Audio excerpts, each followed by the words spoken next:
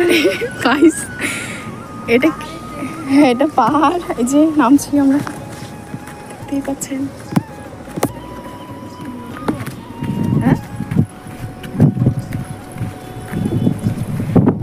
এটা সেই ভাইরাল বকুল গাছ।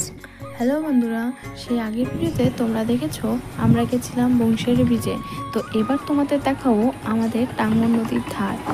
টাঙ্গন নদী কিন্তু পুনর্ভবা নদীর একটি উপনদী। ঠাকুরগাঁও জেলার রানী সংকাইলের জমিদার টাঙ্গনাথের নাম অনুসারে এই নদীর নামকরণ হয়েছিল। তারপর আমরা চলে এলাম বংশিয়ারি থানার পেছনে। ভেতরটা কত সুন্দর।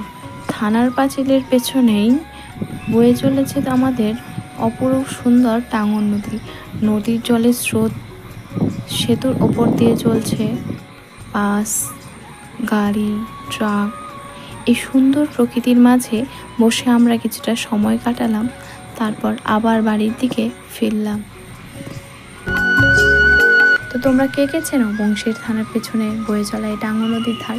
তোমরা যদি কখনো এখানে গিয়ে থাকো তাহলে আমাকে একবার কমেন্টে প্লিজ বলে যাবো। আজকের মতো এটুকুই, তাহলে টাটা। মহিলা কুলি কুলি কুলি, ওই তো কুলি, আরে কুলি এটা হচ্ছে।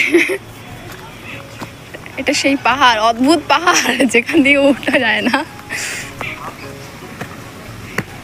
সত্যি এটুকুতে উঠতেই কিন্তু হাঁপাই দেয়।